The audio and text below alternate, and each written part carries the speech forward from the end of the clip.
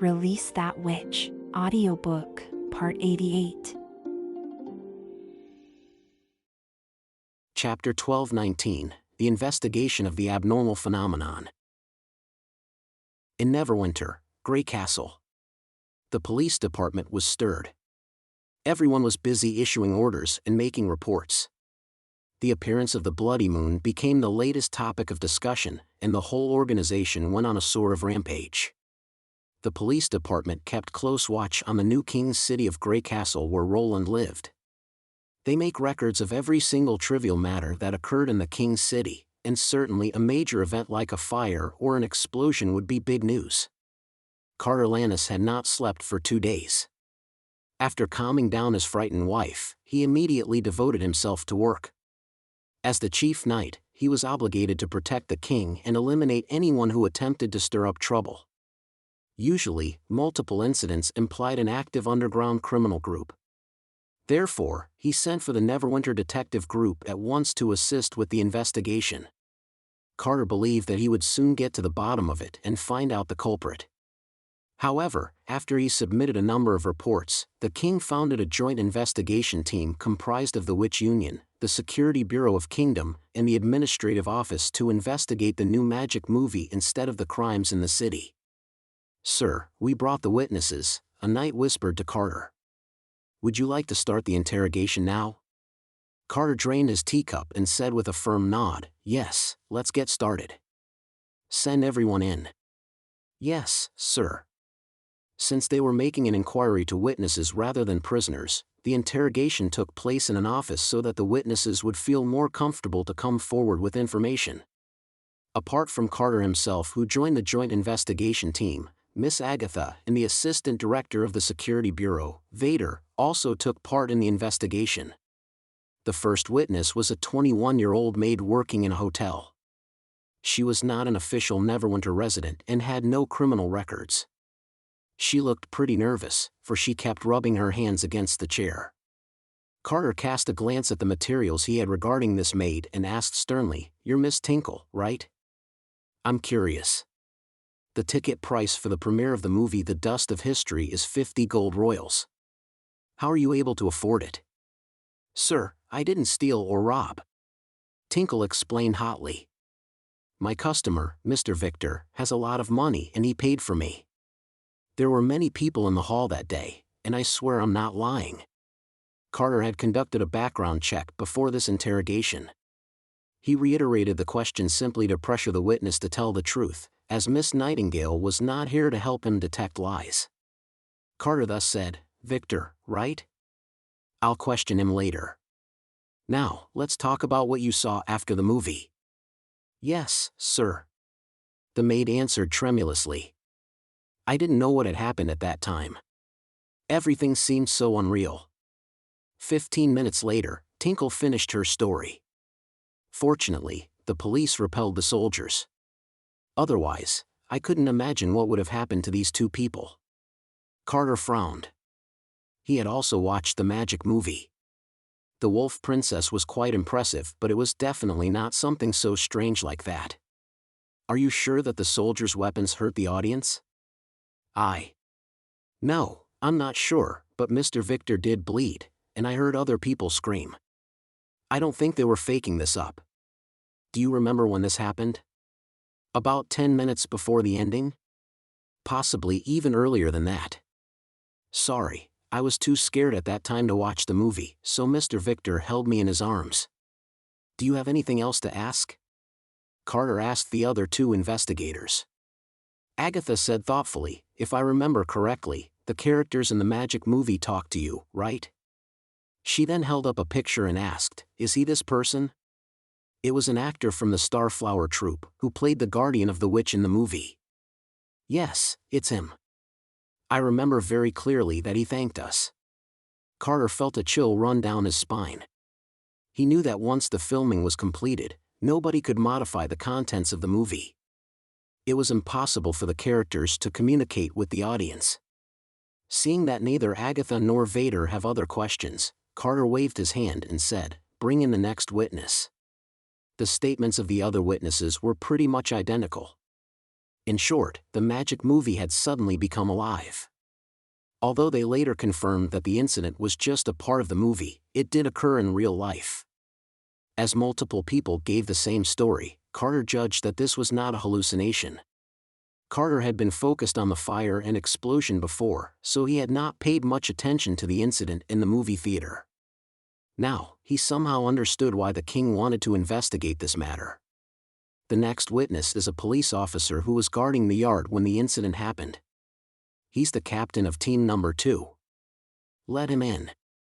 The captain was apparently more composed than the other witnesses. He quickly related the story. I first heard someone cry for help outside. When I was about to get into the theater, I saw a red moon in the sky. To be honest, I was a little hesitant at that moment, as I didn't know whether I should remain in my post or help those people. Just at that time, a witch ran out of the theater and asked me to bring my men and protect the audience. And then you shot the soldiers in the magic movie? It sounds very strange, but that's what I did. They're probably just actors, but at that time, they did pose a real threat to the audience.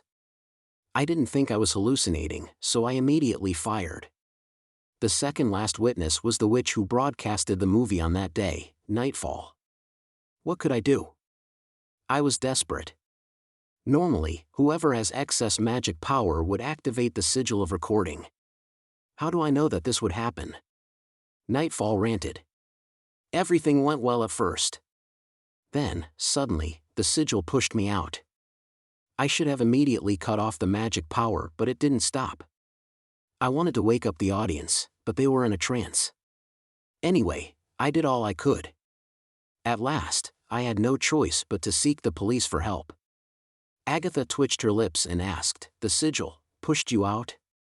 Pretty much like that. I felt a great force repelling me. The more magic power I put in, the greater this repulsive force was. Then, everything went back to normal. All right. Next. Carter was momentarily stunned when the last witness came in. The witness was none other than the screenwriter of the movie, Cajun Fells. His hand clenched in a fist as soon as he sat down. In the name of God, this is definitely the most brilliant play I've ever watched in my life. You were in the theater at that time? Carter said while knitting his brows. As Cajun had once argued with Carter's wife, Carter did not like this famous screenwriter very much. I looked at the list of customers. You were not on there. He was at the backstage. There are special seats for staff members. In fact, the members of the Starflower troupe didn't need to buy tickets to watch the show. Didn't your wife tell you that? Agatha supplied the answer. Actually, Cajun reported the incident to me, and that's why His Majesty asked the Witch Union to investigate the matter. I apologize, but this is a personal habit of mine, Cajun said while placing his hand on his chest. I like to watch my own play secretively so that I would know how my audience liked the show. Miss May knows it, so she didn't tell you. Cajun's voice was again alive with excitement. I have to admit that this is a miracle in the history of magic movie, because the audience changed the ending. What did you say? Carter asked in surprise. You heard it right, Mr. Knight. This wasn't my story. Cajun Fells said eloquently while flailing his arms. The original story has a sad ending.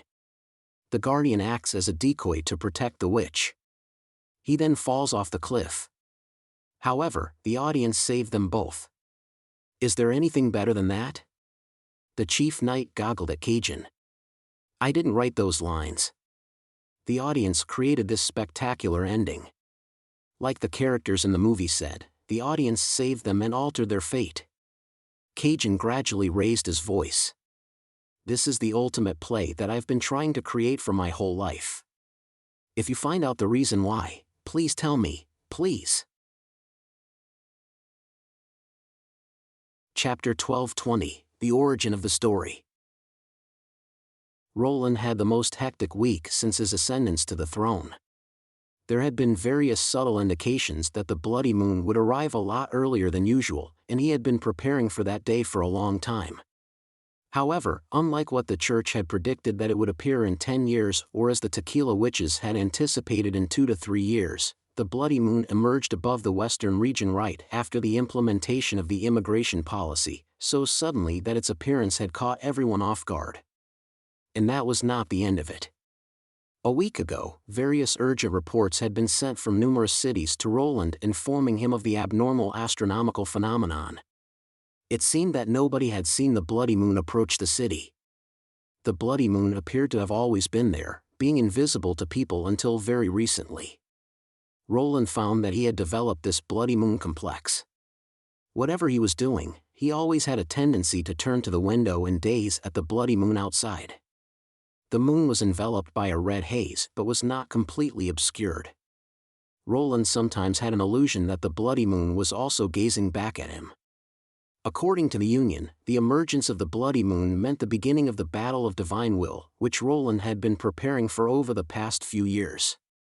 However, when it was actually time to fight, he felt everything become somewhat surreal. No news came from the Fertile Plains, and he had not heard anything from the scouts in the north either. Neverwinter appeared to be the only city affected by the incident.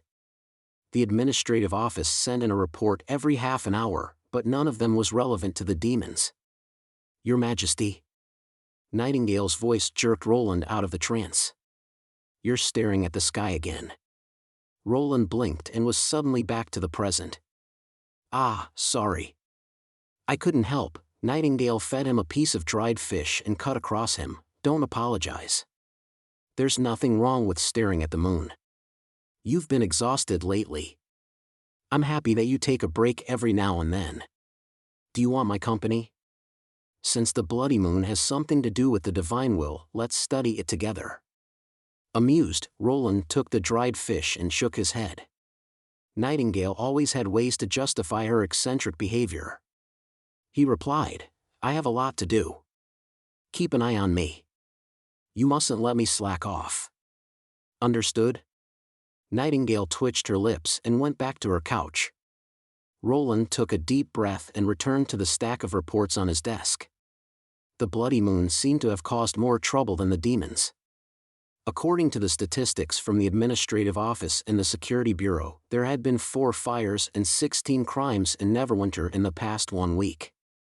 Anna had also reported 21 deaths in the plants caused by malfunction of machinery. More than 500 people were injured, and 90% of injuries had occurred within 24 hours of the appearance of the bloody moon. This was the most chaotic moment in Neverwinter in the history of time. At first, Roland had thought the bloody moon induced panic to the masses. However, after he analyzed the patterns of all these incidents, he found it was not that simple. Therefore, he asked the Joint Investigation Team to further investigate the matter, and the result was quite surprising. Those incidents were actually caused by the fluctuation of magic power brought about by the bloody moon. The reports submitted by Agatha detailed the chain of events. The bloody moon had appeared at around 5:35 p.m. All the devices driven by magic power in Neverwinter were, more or less, affected. For example, the ending of the magic movie The Dust of History had suddenly changed, and the audience had failed to distinguish illusions from reality. The electric circuits in the industrial zone were overloaded, and some machine tools powered by Dawn I stopped working. The most serious accident took place in Machinery Plant 1. One old boiler suddenly exploded, and hot steam burned the workers. Subsequent investigation showed that due to the outdated technologies, the boiler had been posing potential safety hazards for a long time, although Candle had, at one point, remolded some of its important parts, including its valve. Testimonies from multiple witnesses proved that order had been re-established in 10 minutes. The various accidents further created chaos and made many people believe that the demons were invading Neverwinter. Although the plant workers had all received emergency training, the evacuation did not go very well. The death toll would have probably continued to increase had Neverwinter not established an advanced public health system. Meanwhile, Nana's contribution to reducing the death was also phenomenal. Roland had thought the Union had known that such things would happen upon the emergence of the bloody moon, but the truth was that none of the Tequila witches had heard about it.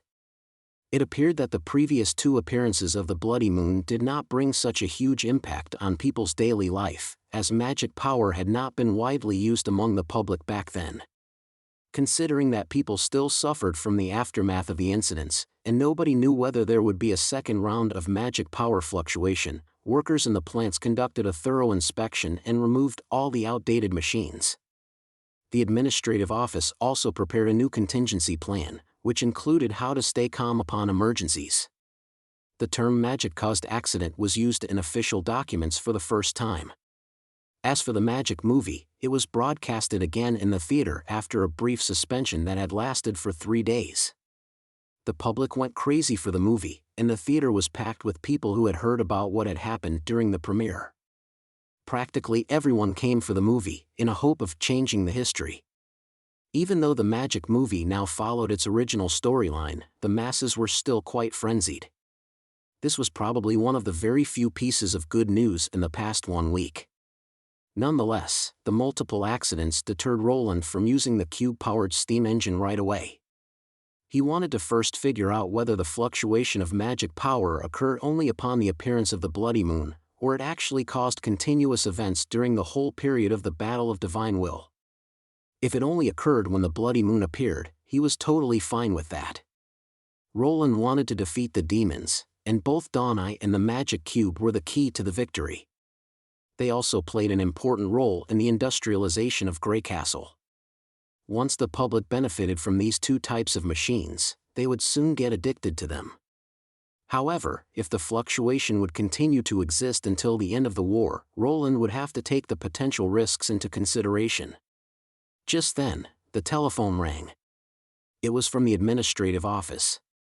Normally, only the director, Barav, would use this line. Roland heaved a sigh and picked up the phone. "What's the matter now?" "No, Your Majesty," Barav said hesitantly. "Astrologer of Dispersion Star just burst into my office and told me that he made a major discovery about the bloody moon. He hopes—" "No, you must come to the observatory and see it for yourself." Chapter 12:21, The Non-Existent Bloody Moon. As far as Roland knew, the chief astrologer was a man of honor and responsibility. Although he had not made any particularly extraordinary contributions to the astronomical research, he had founded the Arithmetic Academy and trained many students. He also assisted with the statistical analysis. In a sense, he extended the influence of the Astrology Association and expanded this old organization into one that could rival the Society of Alchemists. Dispersion Star had come to apologize multiple times for his negligence and failure to predict the premature appearance of the bloody moon. However, as Roland had been too busy with various events lately, he had dismissed him. Nobody ever anticipated that the bloody moon would appear so early, and Roland had never intended to rely on the Astrology Association to predict the bloody moon. He used their service simply because these scholars knew arithmetics. The word must alarmed Roland. Dispersion Star would have never used such an almost impertinent word had this not been an emergency. Therefore, Roland immediately headed to the Arithmetic Academy in the south of the city after he hung up. The so-called observatory was only an attic of the Arithmetic Academy. The astrologers used this little attic as their temporary observatory before they moved to the top floor of the Miracle Building. Since the construction of the Miracle Building had taken longer than planned, Roland had made them a large telescope and transformed the attic into a revolving observatory so that they could continue with their astrological work. Dispersion Star and the other astrologers had been waiting for Roland for a while. They soon went to their knee as they saw Roland come in. "Your Majesty," they chorused. "Please rise," Roland said as he waved his hand casually. "Let's jump into the business. What did you find?" "Your Majesty, please follow me," Dispersion Star said solemnly as he led Roland to the attic at the top. Roland immediately saw that the floor was littered with drafts and drawings. He believed they were the calculations of the orbits of various stars. In fact, Roland only knew very little about astronomy. After having obtained basic knowledge of physics and mathematics through 2 years of studying, these astrologers had now surpassed him. Dispersion Star followed Roland into the attic, leaving the other astrologers outside. The moment the door was shut, Roland noticed that the old chief astrologer was wearing an extremely grave expression as if he were about to make his last will. "Roland," Nightingale muttered as she tugged his sleeve. Roland nodded in comprehension. He knew Nightingale would protect him if he was in danger, but he was curious as to why the discovery alerted the astrologers so much. "Your Majesty, we've been observing the movement of the bloody moon these days, as well as its change," Dispersion Star finally spoke after a moment of silence. "Since we failed to predict its appearance, we would like to make amends for our previous faults. We wanted to calculate its size and where its star district is. That's the duty of the Astrologers Association.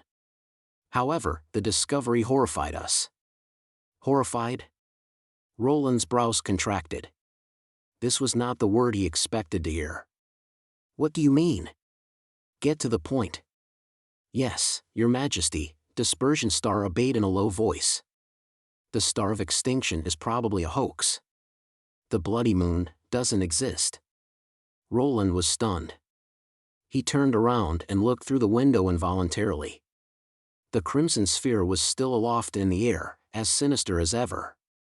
"Are you saying that the thing over there doesn't exist?" "I couldn't believe it either when I made the conclusion. On the contrary, I found it quite amusing. However, gradually, we started to take it seriously," Dispersion Star said after a sigh, and his voice became more confident. "Yes, Your Majesty, it doesn't exist. According to the materials passed down to us in your books, we're positive that the giant star over there doesn't affect other stars.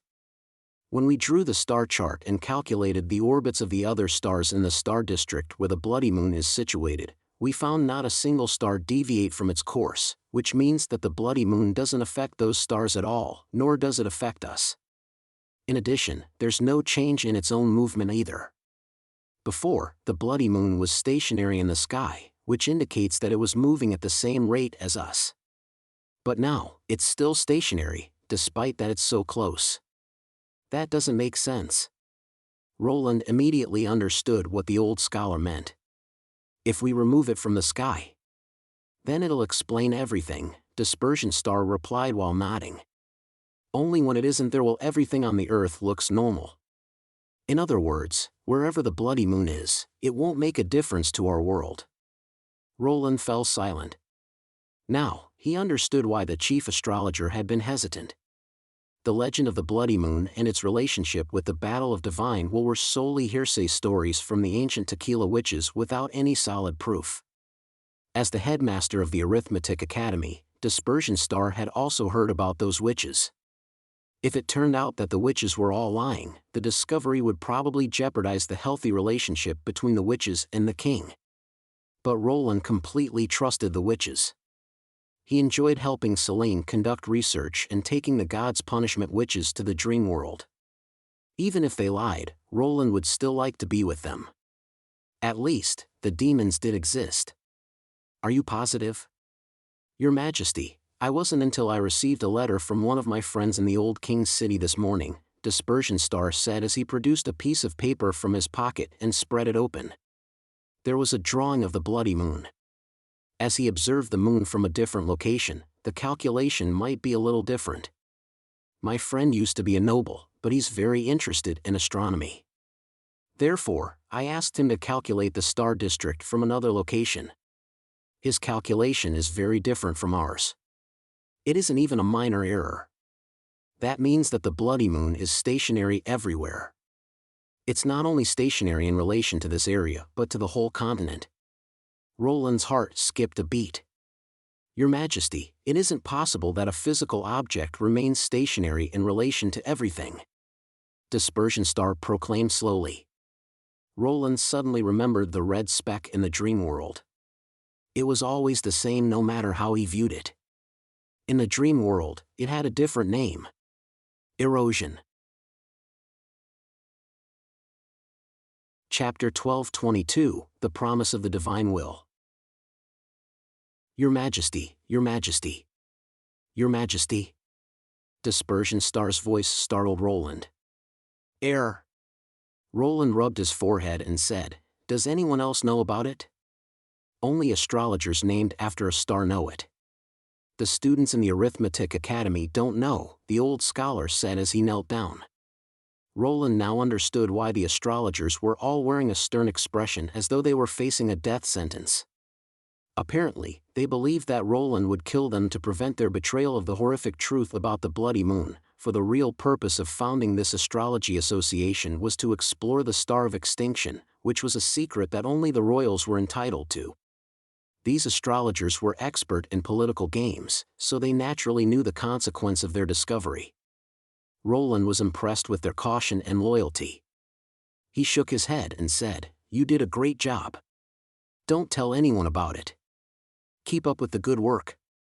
Continue to manage the Arithmetic Academy and forget about astrology. Compared to something that doesn't exist, helping with Neverwinter is apparently more important." With these words, Roland left the attic, leaving the stunned scholar behind. "Let's head back to the castle," Roland said in a low voice. He walked in an even more brisk manner than when he had come and almost broke into a trot. "Do you think the astrologers are telling the truth?" Nightingale asked as she revealed herself. "I don't know. I just have a hunch," Roland said. "It doesn't mean that the bloody moon doesn't exist. Perhaps it's something else." Something else? For example, a pit. Roland had never given much thought about the bloody moon. It was giant because it was close to the Earth. For example, the Jupiter observed on Io took up 2/3 of the sky. People here called this object a moon simply because it was round with a soft glow. If this was an erosion, then it could be a square or a polygon. Nightingale asked in confusion, "Are you saying that the sky is cracking?" "It may be even worse than that, but I have to find it out first." "How?" Roland cast her a glance and answered, "By dreaming." Although it was not yet his typical sleeping hour, nobody had forbidden Roland to enter the dream world during the day. This time, he did not inform any of the gods' punishment witches but only asked Nightingale to guard him. "We'll meet upon the appearance of the divine will."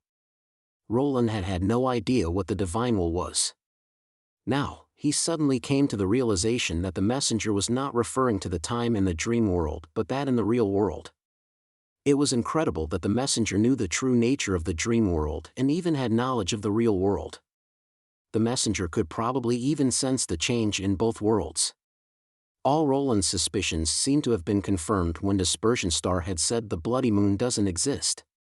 Both the Battle of Divine Will described by the executives in the Prism City and the anonymous book led Roland to the same conclusion.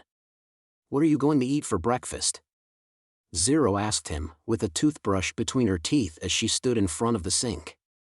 "I'm not having breakfast today." "You can eat alone," Roland shouted without looking back. He pulled on his coat briskly and rushed out on his slippers. The alley below the apartment was alive with people. The breakfast booths where deep-fried doughs and buns were sold were surrounded by students and young professionals. The residential area was teeming with the raucous voices of yelling vendors and the sizzling sounds of the deep-fried doughs.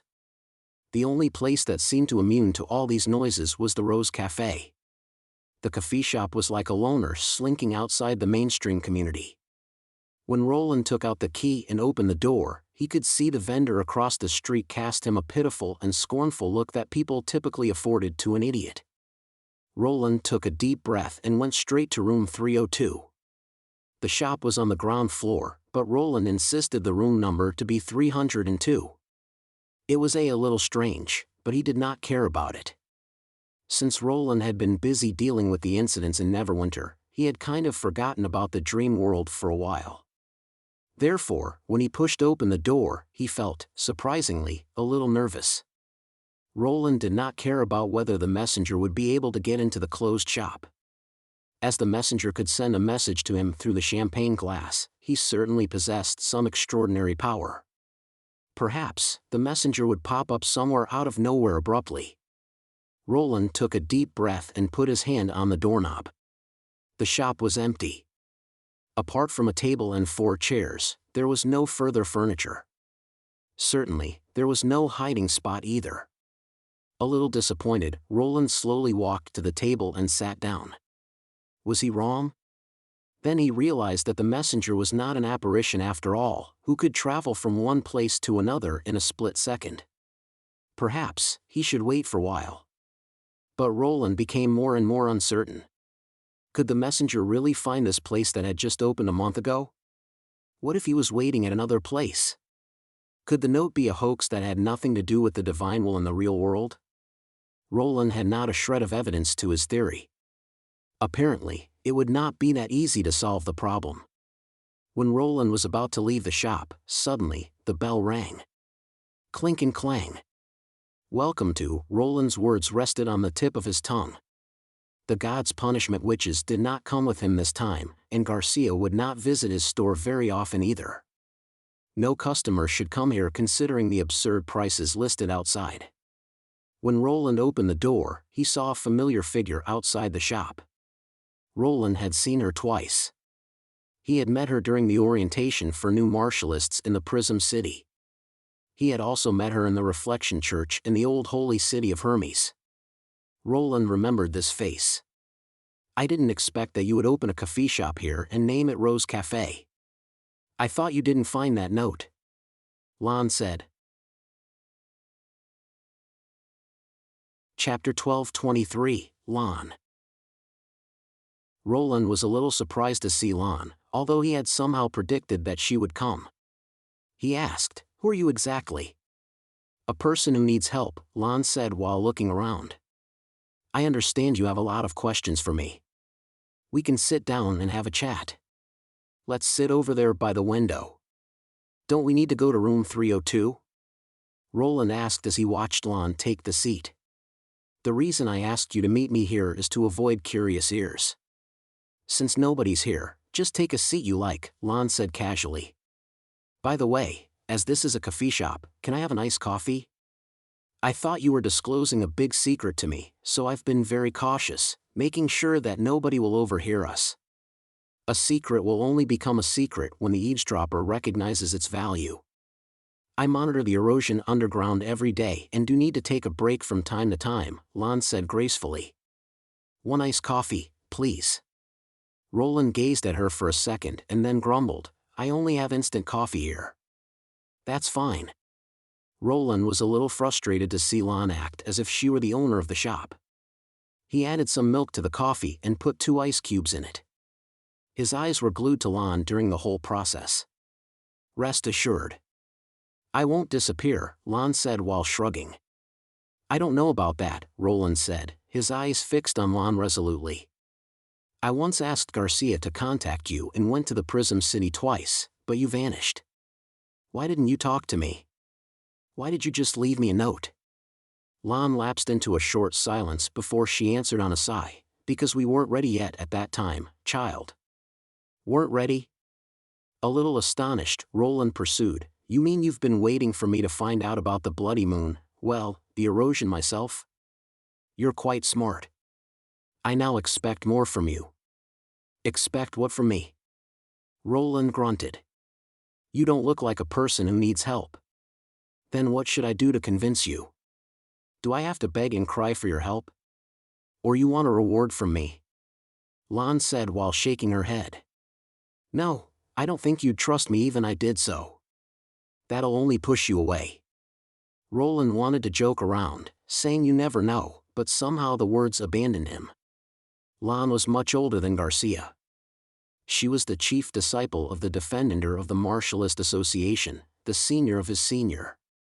If she was really the person in the Reflection Church, she was probably 700 to 800 years old, a historical figure, so to speak. At this thought, Roland put up a more serious look. "All right," Roland said as he sat down across the table and went over the questions he had in his head. "Were you a member of the Union?" "I have nothing to do with your world," Lon replied. "I was born here and will also die here, although it won't happen until many, many years later." "But I saw your portrait in the Reflection Church." "That's nothing," Lon interrupted Roland. "It's just a historical record that doesn't really say anything. But what are the odds that you and the person in the picture look exactly the same?" Roland argued while knitting his brows. "If you think further, there are many coincidences in the history." Compared to dwelling on something in the past, you'd better focus on the present. Roland knew Lan might be pretending. Without Nightingale, he could not tell whether she was telling the truth or not. There was no point in keeping arguing with her, so he immediately changed his question. So, what's magic power exactly? Lan's lips curled into a smile. She said, you probably have already known it. Nothing in this world could explain it because it doesn't belong here. Low lives don't have the capability to understand higher animals. What we know now is that we can use it. Therefore, you could view it as a power we obtained by accident. From Lan's words, Roland judged that magic was like the force of nature, or perhaps simply another form of the force of nature. Because of magic power, the dream world became the way it was. Roland thus asked, so the book, Raison d'être, you mentioned in your speech during the orientation in the Prism City, and your deduction were all true? The most two pressing questions Roland had now were the nature and origin of the erosion and the reason for the endless battle of divine will. Not really, but you could think that way, Lan said quickly. I want to know the truth. It's beyond the scope of your understanding, and it's impossible to describe it in your language, Lan said after sipping the coffee. Plus, everything I do is under God's watch. If I give away any information that'll potentially endanger him, both of the two worlds will be destroyed. Hence, please remember that the truth is what you understand. Roland twitched his lips in amusement. Lan could have directly told him that she would rather lie than tell the truth. He can destroy the two worlds? That's why we call him God. It's the closest word to describe him in your language. What does he want? To keep the battle of divine will going. What's your relationship with God? Lan fell silent and then replied hesitantly, I betrayed him. Betrayed? Yes. The war will continue, and I don't want to be stuck here forever. A new cycle means another round of loss. God will eventually exhaust his power. By that time, both worlds will be devastated. Roland stared directly into Lan's eyes before he asked, so, why did you come to seek me? I need your help, child, Lan said and gazed at Roland. I want you to stop the battle of divine will and put this cycle to an end. You mean to win the war? No, that'll start a new cycle, Lan said while shaking her head. I want you to stop everything and replace God. Roland was astounded. He had never anticipated that. He took a deep breath and said, sorry, I'm afraid I can't help you. Why? Lan asked. Her expression finally changed. I don't know whether you're telling the truth. You admit that you could only give me some evasive answers to avoid raising God's suspicion. Sometimes, one single word could mislead a person. What if you lie to me? You betrayed God once, and you can certainly betray me, Roland said while spreading out his hands. I'm not good at taking risks. So, look for someone else to replace God. If you could help me, don't, Roland interrupted. You said there was no reward. You told me a reward would make things worse. Lan fixed her eyes onto Roland for about 10 minutes before she conceded, no, I changed my mind. I'm determined, Roland said as he rose and poured himself a coffee. An empty promise doesn't mean anything, although it sounds pretty nice. You should at least let me finish. I've told you, I can bring ashes back to life. Crash. Roland was aghast. The glass in his hand slipped through his fingers, fell on the floor and broke into pieces. Chapter 1224, The Remedy, Part 1. How do you know her? Lan said placidly, although I was born here, it doesn't mean I know nothing about your world. Have you heard of the realm of mind or the origin of magic? Roland immediately thought of Kabardabi's statement. His hand that was going to reach out to the broken cup on the floor paused in the air for a second. Then he suddenly threw himself over the table and asked Lan in a low voice, is she in the realm of mind? Of course not, but she left a mark in the realm of mind. Anyone who has sufficient power will leave a mark in the realm of mind. Lan paused for a second before she resumed, I know what you want to ask about. You want to know how to bring her back to life and then do it yourself. You also want to know how to stop the battle of divine will. However, I have to tell you that we don't have much time. What do you mean? People will eventually fade out of the realm of mind. This process is irreversible. Even if you know the method, you probably won't have enough time to suit the action to the plan, and this isn't the worst scenario yet. What's the worst scenario? The dream world has intruded God's mind, and he won't let things keep going like this. In other words, when God believes that nothing could put things back on track, he'll destroy the two worlds. The situation is even more pressing than you think, and that's why I made up my mind to persuade you, Lon said slowly. Child, help me, and you'll be also helping yourself. Sounds quite convincing, Roland commented sarcastically. But you just said that the truth was what I understand. In other words, you can be lying to me right now, including the part about bringing ashes back to life. Lon heaved a deep sigh and leaned against the chair. You can think that way as well, as I don't want to give you false hopes. I did so because I do want you to trust me. Roland fell silent. For Roland, it was a tough choice to make. Lan's argument was quite solid. Roland had indeed heard a lot about the threat to the dream world from the magic creature. He was certain that these magic creatures aimed to destroy this world. After hearing Lan's explanation, Roland believed that those creatures were actually God's underlings. However, he could not trust Lan completely without confirming the validity of the information himself.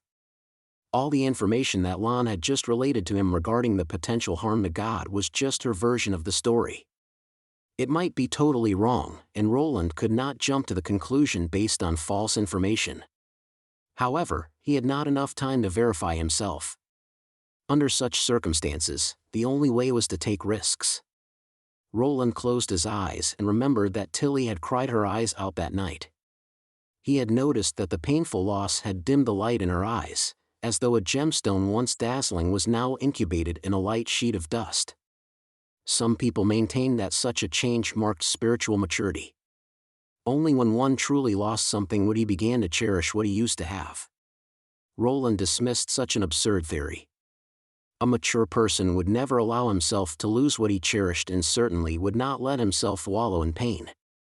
If he could bring ashes back to life, he would do everything he could to attain his end. Roland suppressed his excitement and put up a perturbed look as he sat down again across the table. I can't trust you just yet. I need to hear how you're going to bring her back to life. It doesn't conflict with what I want you to help me with. In fact, they're actually the same thing, Lon said slowly. First of all, you have to get into the realm of mind and both worlds simultaneously. Otherwise, we won't be able to proceed. Roland asked in surprise, 2 worlds? Hang on, are you saying that the so-called origin of magic does exist? That's right. It's not something intangible but a physical entity. It's entirely different from the hollow created by the erosion, Lon replied while nodding. In fact, it's at the north end of the Land of Dawn, and we call it the Bottomless Land. Roland's heart skipped a beat. He had heard this word somewhere else. But the demons have taken over the north. You know demons, right? They're my enemy in this battle of divine will. I can't help you with anything regarding the other world. God forbids me to interfere with the battle of divine will. You must find a way out yourself, Lon said flatly. Beat them and get to the Bottomless Land. If you fail, then it'll be over. That was why Lon said even if he knew the method, he wouldn't have much time to achieve his goal. Roland pondered for a while and then said, all right. I'm going to wipe the demons off the face of the Land of Dawn anyway. Then how to get to the realm of mind in the dream world? It's not a real world after all, so it won't be that hard, right? Before I answer you, I want to ask you something, Lon said as she looked through the window. Do you really think that this world is a fake one? Roland stiffened for a second and also rested his eyes on the people outside. There were fewer people now on the street after the rush hour. Many vendors were taking a rest, and some were ready to head back home in contentment. Others were reading newspaper while smoking cigarettes. Now, the students and young professionals were all gone. The elders started to come out and head to grocery stores. When they passed the Rose Cafe, they cast contemptuous glances at the shop and exchanged murmurs with a derisive air. Roland knew that if he went out there and argued with them, these elder people might retort fiercely. The verbal altercation might also attract many curious, gloating onlookers. Roland certainly did not want to become the center of an improvised show. He found it hard to admit that this world was real. How to define reality? Lon murmured absent-mindedly. Must a living being have a physical body? If this entity has consciousness and emotions, isn't it enough to be alive, even though it's in the form of energy? Well, I think it is. Lon turned around and said, then protect this world. Once it's destroyed, everything here will disappear. It'll be a greater loss than anything in the other world. If you lose this dream world, then you'll be shut out from the realm of mind forever. Is the entrance to the realm of mind in this city? Actually, you're in the realm of mind right now, Lon corrected him. This is the realm of mind. Roland's eyes were wide open. In other words, his body was still in Neverwinter, whereas his mind was at the bottomless land in the north of the continent thousands of miles away. Chapter 1225, The Remedy, Part 2. Is this also the result of magic power? Yes. There are so many types of magic power that I just can't explain every single one of them. It's a power that transcends the four fundamental forces, the ultimate solution to the great unification, if that makes sense to you, Lon explained mildly. Nevertheless, it doesn't mean that you can enter God's territory and interfere with the battle of divine will. This world is an independent one. It's protected by a thick membrane. That's why I can sit here and talk to you. For some reason, Lan's explanation reminded Roland of bubble blowing. Among those floating bubbles, one of them housed the dream world. He then asked, then how do I penetrate it? The same way the magic power enters our world, through the erosion. Could you tell me more about it? You should have already noticed that this world has changed a lot, Lon resumed, and Roland could feel his heart beat frantically in his chest. At first, it was just a reflection of your mind, but there are now many things you've never seen before.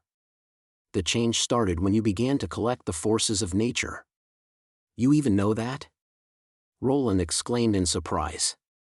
I've been wandering about in the realm of mind since I was born, so I can sense even the most subtle change. Lon continued, listen, child. Both the dream world and God's territory are driven by magic power. We call it the force of nature. When you continue to collect them, this world will expand and overlap with God's territory. That's the reason why erosions appear.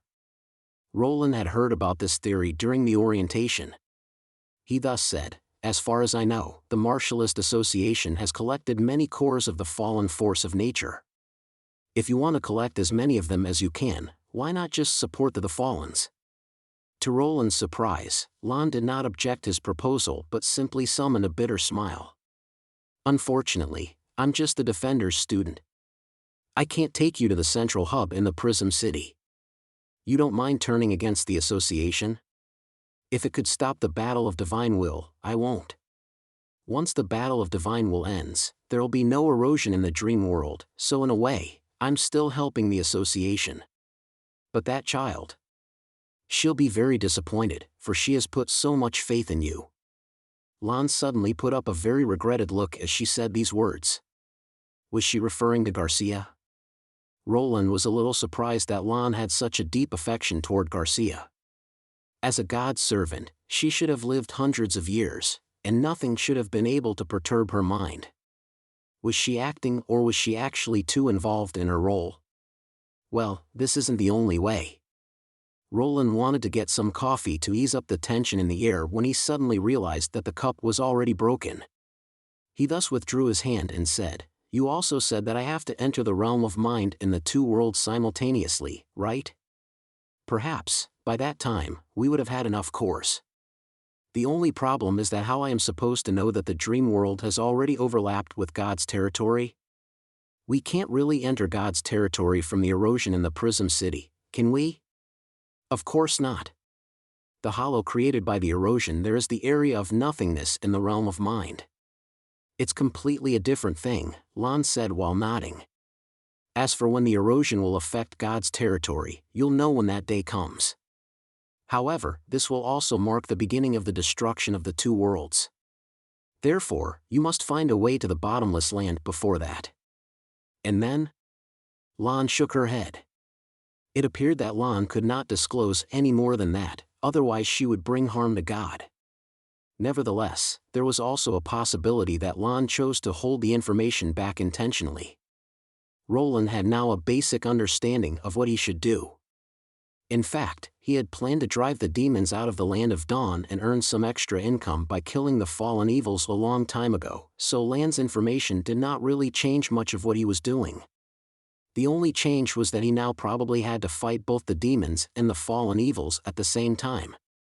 Roland was not certain what he would encounter at the bottomless land. Lon did not say anything about that. If this was a trap, the only part where Lon might lie to him was when she asked him to replace God. Roland did not think God would surrender after he penetrated the realm of mind. Since everything sounded so vague to him, he had to proceed with extra caution. Another question that bothered Roland was that why she chose him. As far as Roland could see, Lon could totally pick someone else to help her. Although Lon looked like human, Roland was certain she was not any ordinary woman. Human beings had been defeated once. Given that, she could completely pick a demon or someone in the Sky-Sea realm to achieve her goal. According to Lon, the north of the Land of Dawn where the bottomless land was situated had been taken over by the demons. Caberdabi had also confirmed that the enemy in the Sky-Sea realm was quite overpowering. The demons apparently had a hard time keeping their land. These two races were obviously far more powerful than the mankind. In a sense, they were almost halfway through the mission. Roland was not yet that arrogant as to believe that he was the only person who could leave a mark in the realm of mind. At least, Zero had that power too. Dimly, Roland had a feeling that the battlefield of soul was a demonstration of the power struggle in the realm of mind. The dream world originated from there. He thus asked, "I bet that I'm not the first person you sought help." Lon replied immediately, "Yes, I turned to someone else for help as well over the past 1,000 years." Roland felt his chest constrict. He pursued, "Also including demons?" "I don't know much about the other world. After I left the Divine Land, I lost my power of connecting with other servants, but I can tell you that I'm not the only traitor." "Who's the last person you talked to regarding this matter?" "Zero? The dream courier, Alfina. She lived 869 years ago." The name was unfamiliar to him. Roland asked, "None of my procedures succeeded?" Lon sighed, "You probably think it's pretty easy for us to talk face to face like this, but the fact was that they didn't even manage the first step, which was to stabilize themselves in the realm of mind and establish effective communication.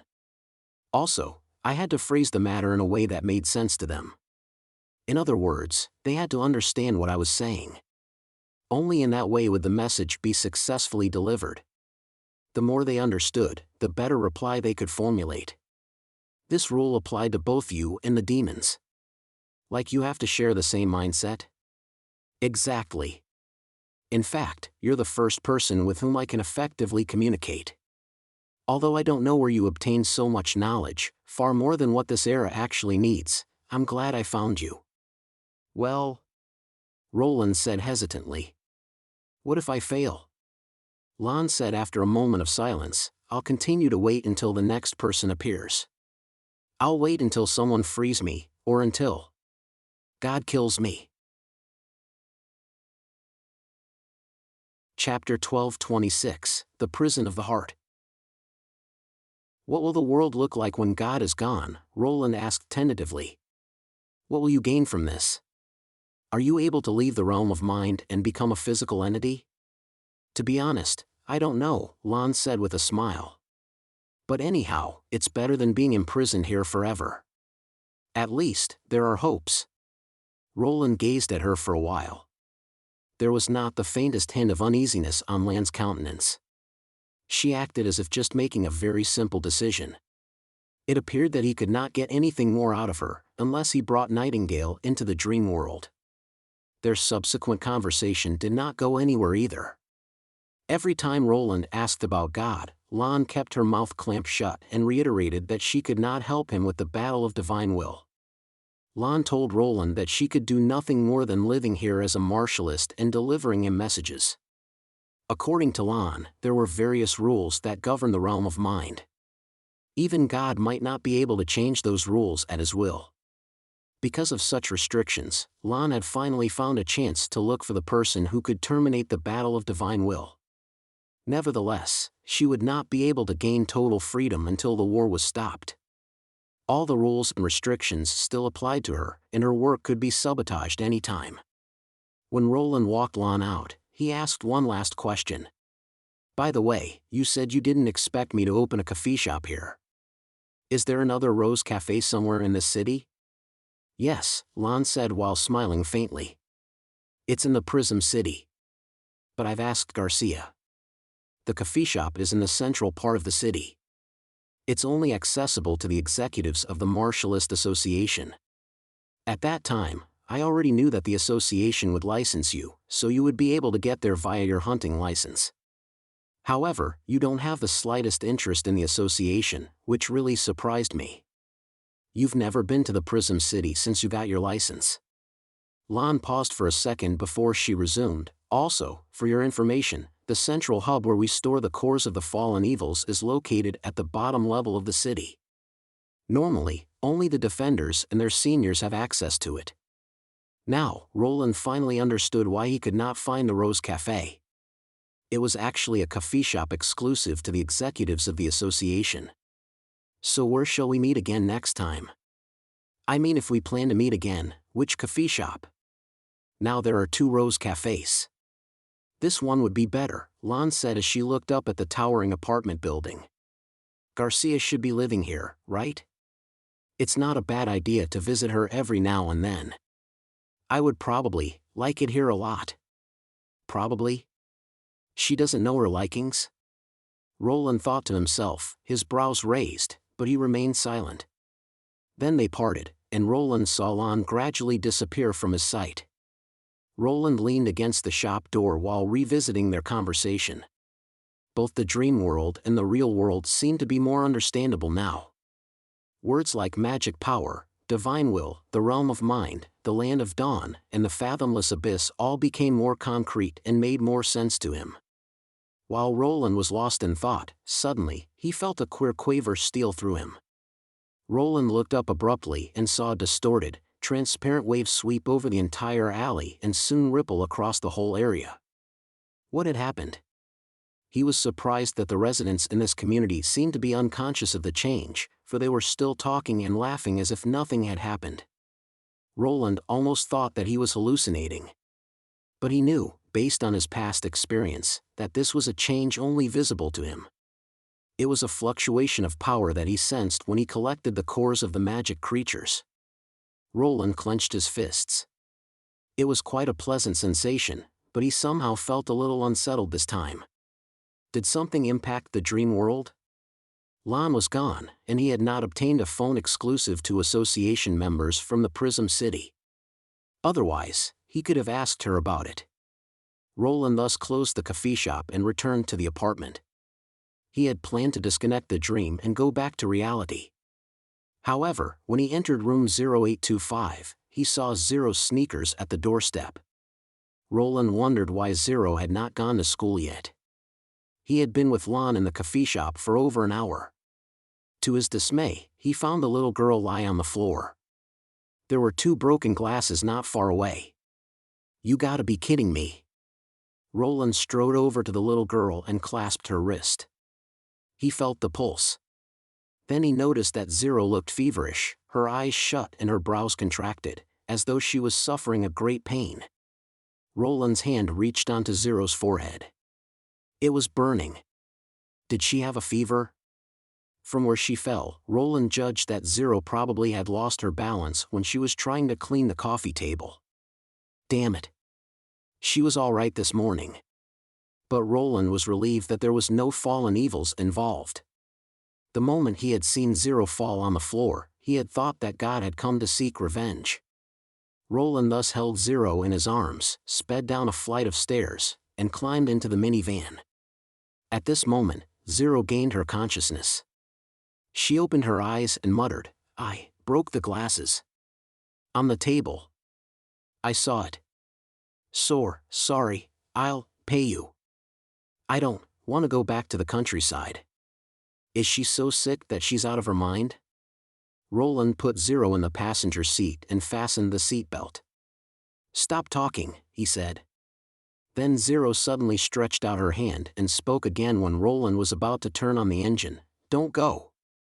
Roland had never seen Zero, who always spoke to him in a defiant and almost trenchant manner, look so fragile and helpless. He somehow thought of what she had written in her diary. Perhaps, the fever brought about the most tender part of her personality. Roland did not know how her families used to treat her. At these thoughts, Roland heaved a sigh and said, "Don't worry, you still owe me rents. I won't let you go." After receiving the confirmation, Zero closed her eyes, but she did not relinquish her grip. It was already afternoon when Zero was hospitalized. Although the cause of the fever remained unknown, Zero looked a little better. The doctor did not come until late evening. "Are you really a martialist?"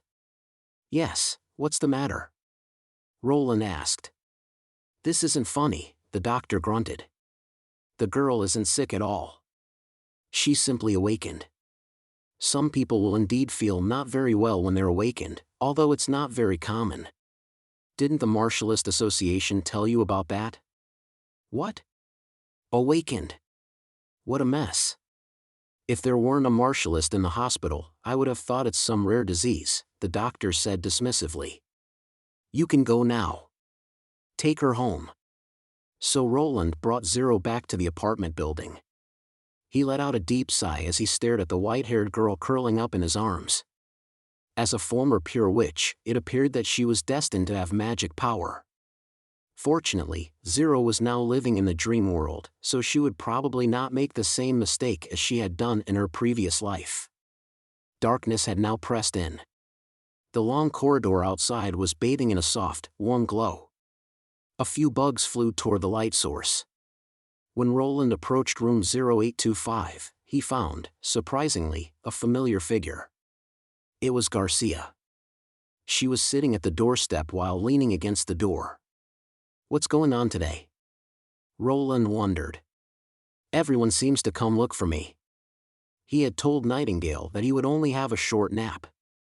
Now it was probably time for dinner in the other world. "Hey," Roland greeted Garcia as he crouched down. "What brought you here? Did you lose your key and want to stay over?" However, Garcia neither responded nor sneered as she usually did, and Roland realized that something was wrong. All the words rested on the tip of his tongue when he saw Garcia's face. It was glazed with tears. A large number of fallen evils attacked the Prism city. Someone who escaped told me that my master stayed behind to protect others and was killed by the fallen evils. Chapter 1227, The Fall of Prism City. Roland was stunned. If he remembered correctly, Garcia's master was called Lon. Which meant that the lady who had met him in the Rose Café this morning was dead. How could it be possible? Even though Lon was bound by the rules in the dream world, she was, after all, the Defender's student and should have the capability to deal with fallen evils. The Prism City used to be a mine, so the main part of it was built underground. It was constantly guarded by the awakened. How could the fallen evils breach the city so easily? There were so many things that Roland failed to understand, but he managed to calm Garcia down. "Get in first." Garcia rose feebly as if all her strength was gone. Roland put Zero in her bedroom and gave Garcia a glass of water. The latter gradually regained her composure, although her eyes were still kind of out of focus, but she, at least, stopped crying. Roland then noticed that there were 6 unread messages and a dozen phone calls. He scrolled down and realized that they were mostly from Garcia. "Oh, sorry. Zero suddenly got a fever, so I had to go to hospital and left my phone here," Roland said in embarrassment. What happened in the Prism City? How did you know that your master was killed? It took a long time for Garcia to find her voice. After what seemed to be an eternal silence, Garcia finally broke out inarticulately. I received an urgent message from C02 around noon, saying that something happened to the headquarters. He requested support from marshalists from all over the world. Roland remembered that C02 was the liaison officer for that joint mission he had attended a while ago. Now, he understood why Garcia had called him so many times, so he asked, but nobody went there? Garcia should have immediately gone to the Prism City. Nobody was able to, because the erosion in the middle part of the building suddenly expanded, she muttered. Nobody knew how it happened, and the video camera didn't catch it either. C02 told me that by the time the association realized it, the erosion had already slashed the Prism City in half, and all the connection between the upper and lower floors were disrupted. The erosion expanded? Roland's heart pounded against his ribs like a frantic bird. If the bloody moon was actually the hollow created by the erosion, it should have been able to appear anywhere, including the underground area. If the emergence of the bloody moon marked the beginning of the battle of divine will, then could the expansion of the erosion be another form of bloody moon? When did it occur? Do you know? Garcia nodded slightly and said, around 9 o'clock in the morning. That was almost the same time he had seen that wave. Was it a warning from the dream world that the erosion had begun? Then what about the fallen evils? They came out from underground. Half an hour later, Roland finally had a full picture of the incident. Noticing that the erosion had reached the middle part of the building, the Martialist Association immediately decided to send reinforcements. The Prism City wedged into the ground like a giant awl. Although it was well fortified, there were also several drawbacks in its architectural structure. For example, they must constantly maintain the ventilation system to make sure that people on the lower floors could breathe easily. Apart from that, all the life essentials, such as water and food, had to be transported from the upper level to the bottom. Therefore, when the supplies were cut off by the erosion, the staff at the bottom level might be in peril. The most pressing task for the association now was to find out how large the erosion was and then reconnect the upper and lower level. The architects who had built the Prism City had indeed also thought about the possible disconnection and thus equipped the building with a few evacuation exits so that people could quickly escape the building in an orderly manner upon an emergency. Since the Martialist Association figured out that the disruption was caused by the erosion rather than an enemy attack, they soon withdrew the reinforcement request. At that time, the Defender and his students were all there in the building, and what the association actually needed was the engineering team and paramedics, so the Martialists did not come to rescue at once but waited for further instructions. However, something out of expectation had happened. While everyone was going down through the evocation exists, Lan and her team at exit number 04 were suddenly attacked by the fallen evils. Later, somebody noticed that many fallen evils used to be their colleagues on the lower level. It was quite shocking and incredible news. Nobody knew what had happened at the lower part of the building a few hours after the disruption. What they saw was a group of monsters with fallen cores transformed from ordinary staff members and martialists. Most people at the lower part of the Prism City were elites of the association. What had made them betray the association within half a day remained as a mystery. However, the moment they had chosen to merge with the fallen cores, they were no longer human. Even Roland was astonished at the turn of the event, let alone the rescue team at the scene. That was why Lan's team had been caught off guard. It was a miracle that a few people managed to escape when the whole team was outnumbered and overpowered. However, the team leader Lan did not make it. Some fallen evils attacked her when she was trying to close a door. At these words, Garcia started to sob again. Roland handed her another glass of milk. After a moment of hesitation, he asked what concerned him most. He knew it was not a good time to ask a question like this, but he must know the answer. Roland took a deep breath and said, "These are all what the survivors reported to the headquarters, right? Did anyone actually see it when your master was killed?" Garcia would have retorted ferociously had she not been so perturbed and devastated. She croaked, my master blocked the switch that controls the door. Then she was torn to pieces by the fallen evils. Many people in her team saw it. Her voice again perished into a suppressed sob. I'm sorry, Roland sighed. He did not know what would happen to a dead person in the dream world. Would she return to the realm of mind or completely disappear? If God did control almost everything in the realm of mind, neither would be a happy ending. Without the protection of the dream world, Lan, as a traitor, would definitely be punished severely. Roland had a very good reason to suspect God, for this attack seemed to be targeting Lan. And Lan was not the only person God intended to eliminate. He wanted to tear down the whole dream world. If you lose this dream world, then you'll be shut out from the realm of mind forever, Lan's voice reverberated across his head. It appeared that there was going to be a battle of divine will in the dream world as well.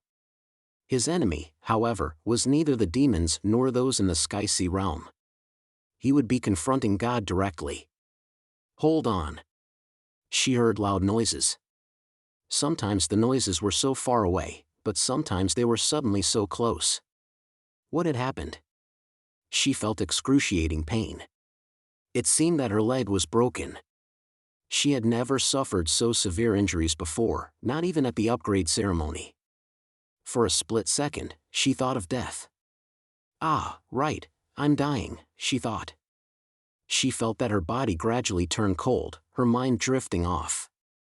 She felt hard to concentrate. Hold on. The voice drew nearer. Was there somebody out there? Strange, she had heard this voice somewhere before. Someone's still alive here. Can anybody help me remove this stupid stone? She's hurt badly. Quick, move. 1, 2, 3. Suddenly, the weight on her was lifted, and she was transferred to a soft bed. Hold on. You'll be okay, someone talked to her from above. The association has sent for the best doctor and medical equipment. You'll be fine once you get to the hospital. The erosion expanded. By the way, you came from Kargard Peninsula, right? What's your name? My name? Yes, do you still remember it? She used all her strength to reply. Valkyries. Chapter 12:28, God's Enmity.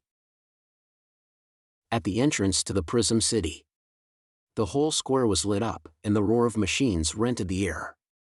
The rescue had lasted for nearly 16 hours, and the defender, Rock, was waiting in the temporary tent for the latest news with a steely look on his face. It was rumored that nothing could unsettle him. However, this was a mistake. Lan's death actually shocked him a great deal, and he blamed himself for not fighting the fallen evils. Yet he knew it was not advisable to lament the loss now. The first thing he needed to do at present was to find out what was going on at the bottom level of the building. After exit number 4 was under attack, exits 01 and 05 were also surrounded by the fallen evils. Fortunately, the rescue team there learned Lan's lesson and eradicated the enemies at a minimal cost, but the casualty rate was still astonishing. Like what had happened at exit 04, all the fallen evils were transformed from the staff members at the bottom level. The death toll had reached 320, which was almost the total number of the staff members on duty. Clearly, it would not be long before the fallen evils took over the entire bottom floor. Rock did not know why those people would merge with the fallen cores within just a few hours of the breach. The Prism City was equipped with the most advanced emergency system. Even if the bottom floor was completely cut off, they could still sustain themselves for a while. They should have known that the association would never abandon its members. As long as the exits were not blocked, they would soon be able to escape. However, Rock currently had no time to give it much thought. He was only concerned about the status of the central hub. There were more than 3,000 fallen cores stored in the central hub. If those cores were released to the public, the consequence would be disastrous. There would be far more than 300 fallen evils as they were facing now. Mr. Rock. Just at that moment, a man in a suit came into the temporary headquarters and whispered to him. Are we really so unlucky? Rock's face clouded over. The rescue team had just told him that the erosion had suddenly expanded. There were 2 groups of touring martialists from Kargard Peninsula currently in the Prism city. Since the erosion had destroyed the middle part of the building, the floor closest to the erosion slid into a hollow, and the 2 touring groups thus fell. Based on the current situation, these tourists might not be able to survive. What should we do? The man in the suit consulted. Some celebrated martialists from Kargard are among them. If we fail to handle this crisis properly, we may be caught in some diplomatic problem. Try to find them and save as many as we can. How do I know what we should do? It's something beyond our control. But the defender from the peninsula may not listen to you. Rock lapsed into a short silence and said, I see. Just hush this thing down. I'll ask the director of the Sky City to assist us. As soon as the suit man left, a liaison officer came up to Rock. We've heard something from Exit 01. They've opened up a passage and are now going down. Connect them to the main screen, Rock said in a low voice. Got it. After a brief noise screen, Rock saw what was going on at the front. From the shooting angle, he judged that the video footage was transmitted from the head-mounted camera that the team leader was wearing. The lighting down there appeared to be quite good, although a few lights were flickering. The emergency electric motor seemed to be working, so the elevator was still functioning. This could indeed save the rescue team a lot of time. However, nobody cheered up at the scene. Everyone rested their eyes on a peculiar red spot. The red spot was in an irregular shape, but it was perfectly embedded in the concrete like a piece of asymmetric artwork. Rock knew this was definitely not a coincidence. Everything contaminated by the erosion would disappear, including the force of nature. It was this red spot that separated the Prism City into 2 parts. Forget about the headquarters, Rock instructed. Go down to the bottom level and make sure that the central hub is intact. The rescue team, after receiving the order, immediately went down. Fortunately, they did not encounter any fallen evils on their way. Rock did not see a lot of traces of fight either. The building was dead quiet. Everything was in a perfect order, as though the building was simply abandoned. When the rescue team reached the central hub, everyone in the temporary headquarters gasped. Rock clenched his teeth. Another defender named Furious Flames was slashed in half, its upper body clinging to the steel gate around 10 centimeters thick, all his clothes reduced to ashes. In the center of the steel gate was a huge, irregularly shaped hole, which seemed to be drilled out under high heat. Apparently, Furious Flames had attempted to stop the invaders from entering the central hub but had failed. This was definitely not the work of fallen evils. It took the rescue team a while to open the gate. All the cores were gone. There was a dread silence in the headquarters. Everyone dazed at the screen, horror-struck. Rock clenched his fist even tighter. He knew that the staff at the bottom would not take the fallen cores for no reason. He ordered solemnly, get the surveillance footage. I want to see what kind of monster it was. His sonorous voice jerked the audience out of the trance. Since they had immediately switched over to the contingency power, the surveillance system still worked well. Despite a few broken cameras, most of the video footages was still there. The technical support soon inserted the spare hardware, and the video was transmitted to the big screen. All the executives in the headquarters was taken aback by what they saw. The moment the erosion had expanded, several blood clots had escaped from the red hollow and hit the floor. These clumps of blood wriggled and gradually transformed into human-shaped monsters. One of them had the ability to melt everything down. It instantly penetrated the floor and reached the bottom level. Another monster was even more terrifying. It immediately impaled a few martialists and turned them into puppets, making them look like inferior fallen evils controlled by the force of nature. Within half an hour, the bottom level was breached. People who were alive all merged with the fallen cores in a daze and became their enemies' puppets. After that, the monsters devoured the rest of the fallen cores and created a passage in the central hub before they vanished from the camera. It was Rock's first time witnessing such an incredible power. The fact that the erosion generated new fallen evils horrified him. He somehow thought of the joint mission last time, where the survivors had told him about the monster coming from the man-made erosion.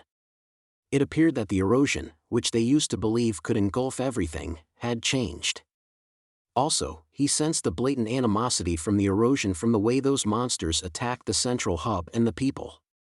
But Rock believed that as long as all the martialists worked together, they would eventually find a solution to eliminate these enemies, no matter how powerful they appeared to be. The most important task now was to raise the morale and not let the fear conquer them. Everyone, just as you've seen, this isn't an accident. The erosion is invading this city, Rock announced as he straightened up. It sounds quite strange, but that's the truth. Let me make it clear. This is a war. They aim to take this world. I'll contact all the other martialist associations immediately, and we should unite together and exterminate the enemies. At these words, Rock paused for a second and then said, like my student Roland said, the battle of divine will has begun. Chapter 1229, The Red Mist. At around 4 o'clock in the morning, Garcia finally fell asleep. She had talked more than what all she had said to Roland in the past few months altogether since their first encounter. It was more like a monologue than a constructive conversation. Most of her rambling was about how she had met her master after she had cut ties with her family. The only thing Roland could do was to refill her glass and be a good listener. Roland also discovered that Garcia's dedication to protecting this world was mostly a product of Lan's education. Although Lan had been very strict with her, Garcia had always looked up to her and viewed Lan as her goal and role model. From what Roland saw, Lan must have liked the dream world. But he was not sure whether her method would work. There were only 2 bedrooms in room 0825, one of which was Zero's. Roland pondered for a while and decided to put Garcia in the master bedroom and spent the night in the living room himself. He did not think it a good idea to rummage Garcia's pocket for the key to her own apartment while she was asleep, for he had the slightest intention of creating any unnecessary misunderstanding. Roland was certain that based on his past experience, this was the best way to handle this kind of situation. In the meantime, he also realized that he had to return to the real world now. Roland looked through the window after he settled Garcia down and gazed upon the city night. He could spy glitters of lights dazzle in the distance. The flickers were even brighter than stars in the sky. It seemed to be a very peaceful, sweet night, but Roland knew that this world, like the other one, was full of danger. The bloody moon that represented the erosion had revealed its horrendous nature. The only difference was that the one in the real world hung in the sky while the one here lurked underground. Roland shut the curtains and departed from the dream world. He dazed for a while before opening his eyes. However, instead of the ceiling, he gazed into 2 sparkling eyes. The 2 stared at each other for a while until Roland heard someone scream above him.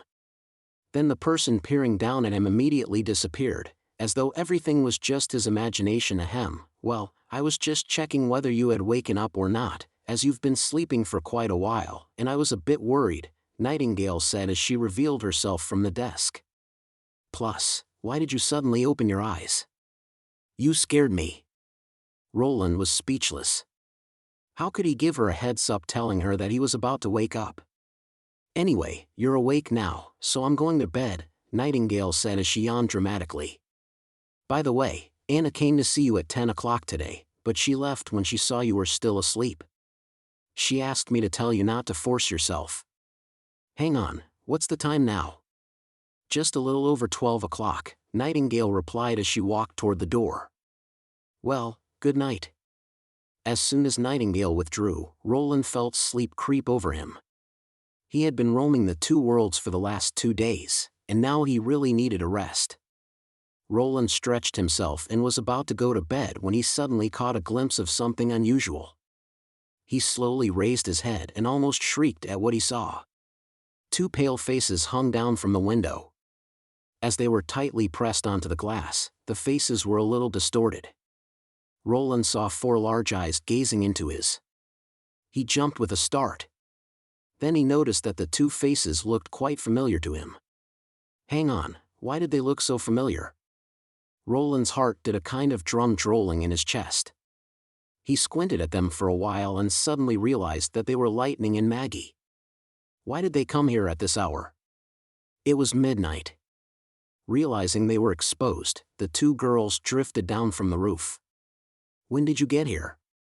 Roland asked after Lightning and Maggie got in. He put up a straight face and said, "Why didn't you notify me first?" It wasn't until then that Roland noticed that both of them were unkempt and muddy as if they had not taken a shower for half a year. They had indeed come back from a long journey. "Your Majesty, we arrived here around an hour ago," Maggie replied, but Lightning soon stopped her. "No, we just got here, and we didn't see anything." With these words, she glared at Maggie and added, "Did we?" Maggie nodded fervently and said, "Yes, I got it wrong." Roland twitched his lips, amused by their poor acting. Even Nana would not believe their words. He did not actually mind them watching him sleep, so he asked, "Did you travel at night? Why not use the animal messenger?" He suddenly had a bad feeling. "Yes, Your Majesty," Lightning said solemnly. "About half a month ago, we found traces of demons at the ridge of the continent." Roland was now completely awake. He pursued, "Then? Did you see any outposts there?" "Not for now," Lightning denied as she shook her head, produced a rumpled map from her pocket, and laid it open on the desk. "We couldn't go really far in there, so we met up with the Tequila Witches at the Snow Ridge. It took them a while to set up the magic core, and we were finally able to confirm something." Lightning then pointed at the rapture marked in the center of the map and said, "There are God's stone mines there, and they're almost as big as the one in the holy city of Tequila." It was pretty clear what the demons were up to. Roland knitted his brows. Edith was right. The demons did have a plan B.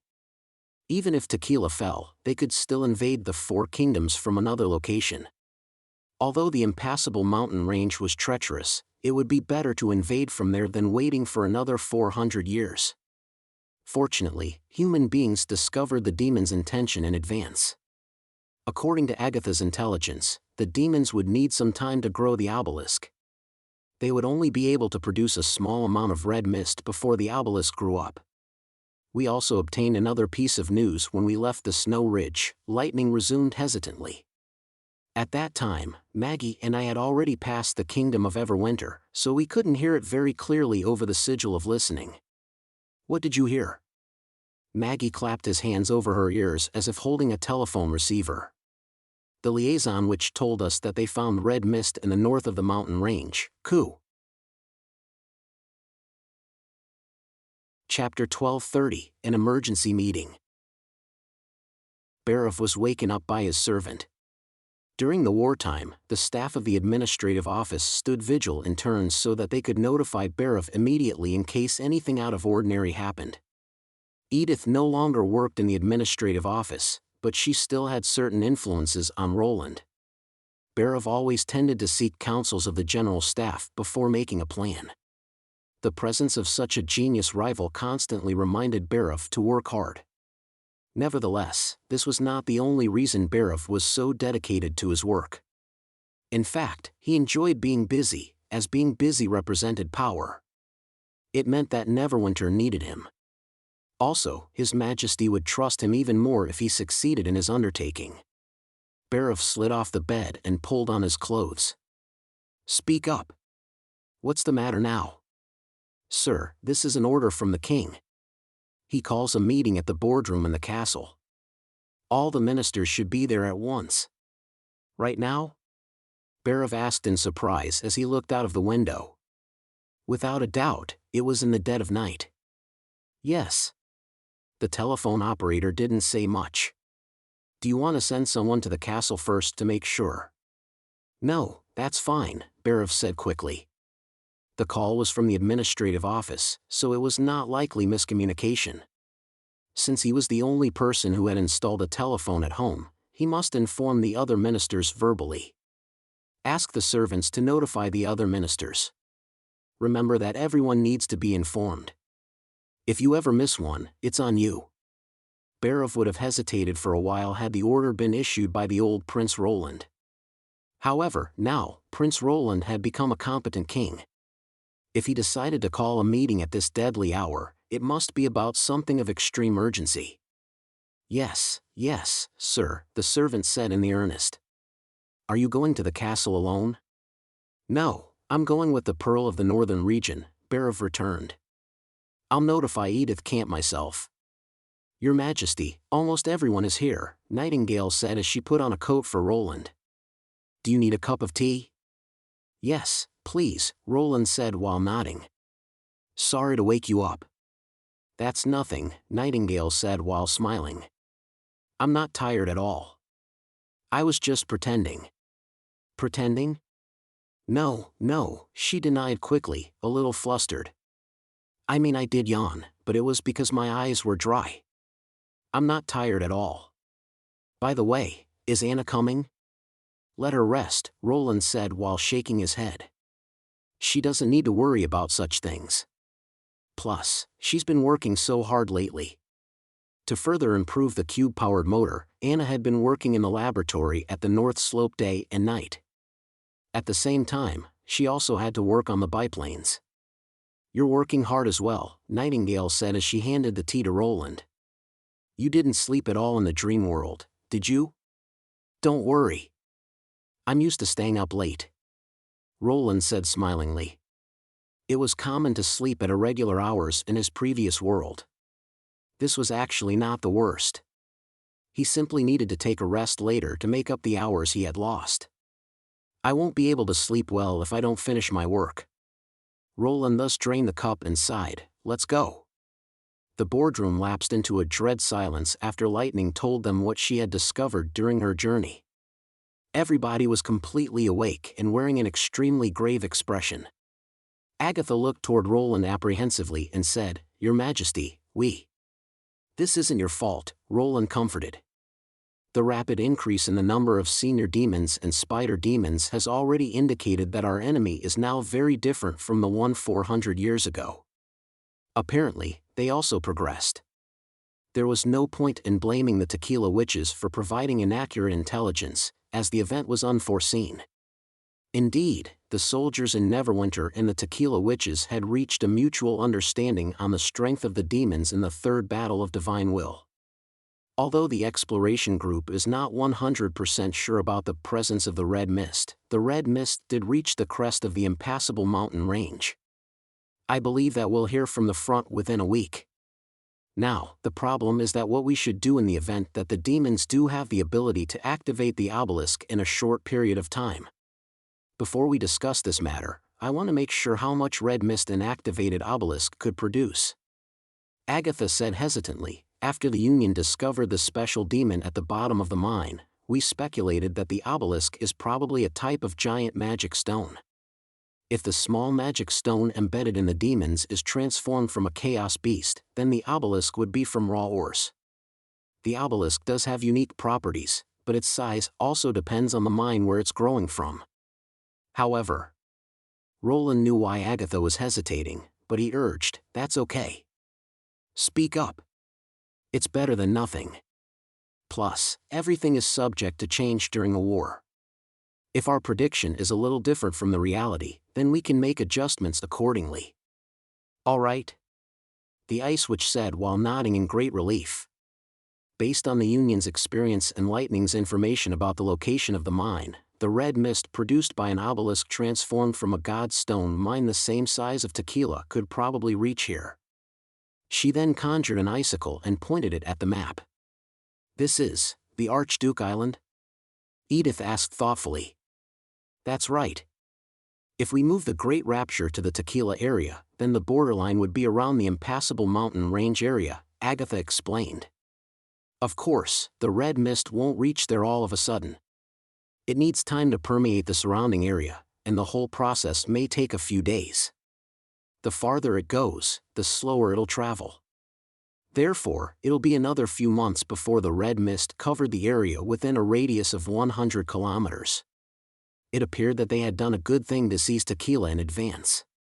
Had they failed or been a little slower, say, they had just completed the railway construction now, the red mist would have not only invaded the four kingdoms from the impassable mountain range, but it would have also hindered the operation of the First Army. The red mist was fatal to the witches. Even though the army had advanced weapons, they would not be able to carry out military operations effectively while being interfered with by the red mist. With that being the case, we must hurry up, Roland said as he looked toward Edith. Does the general staff have any plan? Of course we do, Edith said confidently. She was the first person to see through the demon's intention. Although the demons are faster than we thought, from the perspective of military strategy, erecting the obelisk at the ridge of the continent was actually their last resort. The ridge of the continent is a good hiding place, but the demons could not launch an attack effectively from there. This affords us time to remedy the situation. The general staff believes that if the demons do appear in the kingdom of Everwinter, our defensive line will definitely not in Grey Castle but here. She tapped the map. It was the Cage Mountain in the Kingdom of Dawn. Chapter 1231, Hope. The reason is fairly simple, Edith resumed before anyone could raise a question. The Cage Mountain is not only a branch of the impassable mountain range in the horizontal direction but also the highest point of the Kingdom of Dawn. The artillery of the First Army could have a broader view if they fire from there. Also, the demons will have restricted mobility, considering that there are fewer flying devil beasts than inferior mad demons. Secondly, the red mist tends to move toward the lowlands, and it becomes thinner as it stretches farther. Therefore, the witches shall build the defensive line at the high point of the land. I've heard that the front has already done so ahead of time. The last is His Majesty's radiation project. She surveyed the room at these words and continued, we know that this project relies on the ores at the Cage Mountain. Before we find an alternative resource, we can't abandon the Cage Mountain. Nobody questioned Edith's decision. Nobody saw the final product of the radiation project, and they could not possibly imagine how much energy those tiny little spheres could produce, but all of them viewed the project as one of the most important missions, simply because Roland said so. Roland swelled up with pride at this thought. This was probably the biggest achievement an engineering student could ever attain. But we can't desert the Kingdom of Everwinter or the Kingdom of Wolfheart completely either, Roland said as he cast a glance at Edith. We need people to win the war. Yes. Therefore, while the red mist is spreading, the First Army should focus on bringing in immigrants and stopping the demons from advancing. I don't think the demons will set up outposts after the red mist spreads out. They'll build them right now, which was exactly what they did 400 years ago. Edith paused for a second and said, to be honest, the sudden appearance of the Bloody Moon helped the First Army. When people in the Kingdom of Everwinter and the Kingdom of Wolfheart see what kind of enemy they're dealing with, they'll automatically side with us. By that time, they'll beg Grey Castle for help even if Iron Axe wants to shut them out. At these words, Edith's lips curled up into a faint, inscrutable smile. In that case, a lot of people would die. Roland heaved a sigh. Roland understood why Edith gloated over the misfortune of the refugees. He remembered a piece of news in his previous world saying that some residents opposed to build a cell tower and therefore lost cell phone reception. However, in a war that would determine the fate of the human race, Roland could not stand by watching those people suffer, even though it was because of their own stupidity. We harvested tons of golden twos this year, Roland said as he turned to Barav. Draft a proposal and send some food to the Kingdom of Dawn. Make sure those refugees who left their native towns are fed. Your Majesty, if my understanding is correct, once we confirm the red mist would spread out, the First Army will immediately set off for the Cage Mountain. This will create a lot of pressure on the logistics, Barav replied hesitantly. I can't guarantee we can provide food to the refugees while at the same time supplying our army. We won't have enough ships even if we borrow all the ships from the chambers of commerce at the fjords. This was a real problem. Even the largest sailboat in the fjords would not meet the needs of the war. All the fleets were now filled with immigrants. Unless we build a railway leading directly to the neighbor, Barav said with great difficulties. He knew such a large project would cost tons of money. His heart ached every time money went out from the treasury. "We probably don't have much time," Roland said while shaking his head. "The railway construction on the Furl Plain has cost too many resources. If we build another railway, we won't be able to support the other projects." The railway, which stretched away from the misty forest all the way to the ruins of Tequila, cost a great amount of steel. Its construction took a year and a half, not to mention that Leif had amended the first half of the railway and that the second half was built on a flat plain. The road condition between Neverwinter and the Cage Mountain was more complicated than the Furl Plains, so it would be hard to say how long it would take to build this new railway. "I totally agree with you, Your Majesty," Berev rejoined, apparently much relieved. "Let's make a plan based on the current situation. Don't try to save money. Use the money well," Roland said. "As for the logistics, I'll see what I can do." "Yes, Your Majesty." Roland then looked toward Edith and said, "The General Staff should also draft a proposal based on the presumption that the farthest the red mist could go is the Cage Mountain. Then we'll discuss further in detail." Smart as the Pearl of the Northern region was, she had no problem in making a plan. Even if Roland did not remind her, she would understand the urgency of the matter. "Leave it to me," Edith said while placing her hand on her chest. Roland rose to his feet and surveyed the boardroom. "I told you before that the third battle of Divine will determine the fate of the mankind. Now, it's coming. The victory of the Tequila War has proved to us that we could win, despite the miserable defeat 400 years ago. I hope we all do our best and devote ourselves to this war. I'm sure today will be remembered," Roland proclaimed. "Listen, no matter who our enemy is, I only have one request, that is, we must win the battle." "As you wish, Your Majesty," everyone shouted together. It was going to be a busy night. After everyone filed out of the boardroom, Roland held Tilly back. "I want to have a private word with you." After Roland returned to his office, he dismissed Nightingale and shut the door. Tilly raised her brows and asked, "Something that you don't even want Nightingale to hear? It seems you're not planning to inquire about the training of the aerial knights." Roland did not answer but poured a glass of minty chaos drink for both of them. It did not taste particularly good, but it was pretty calming. Seeing Roland remain silent, Tilly did not pursue but simply sipped the drink, waiting for him to break the silence. Roland had a complex feeling toward his sister. Tilly was not his real sister. Compared to the Princess Tilly he used to know, the current Tilly Wimbledon had become more like a leader. However, he preferred the little girl who used to curl herself up beside Anna in winter, with her feet sticking out from underneath the blanket, and think about what kind of tough questions she could ask the other witches. Although Roland knew that people would change, Tilly's change was too drastic. Within a few days after Ash's death, she had grown up. He could see the virulent rancor against the demons in Tilly's eyes. She seldom revealed such hatred, but Roland was very disturbed by her only request of seeking revenge from the demons. She had made up her mind. The world had suddenly become meaningless to her. Roland learned from Juan that ashes could be brought back to life. He should have verified the information before telling Tilly so that he would not give her a false hope. However, Roland realized that as Ash's death had sunk Tilly into the lowest dejection, Tilly might not survive the battle of Divine Will in the end.